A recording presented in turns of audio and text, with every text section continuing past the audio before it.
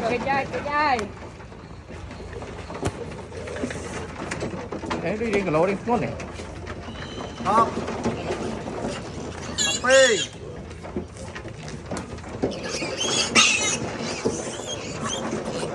buôn đọc môi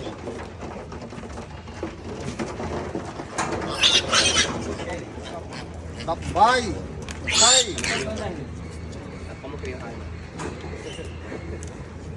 mày phê buôn môi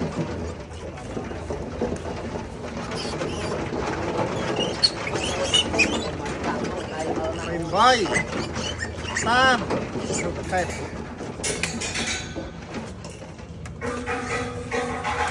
thêm quẹt bánh gai cho mình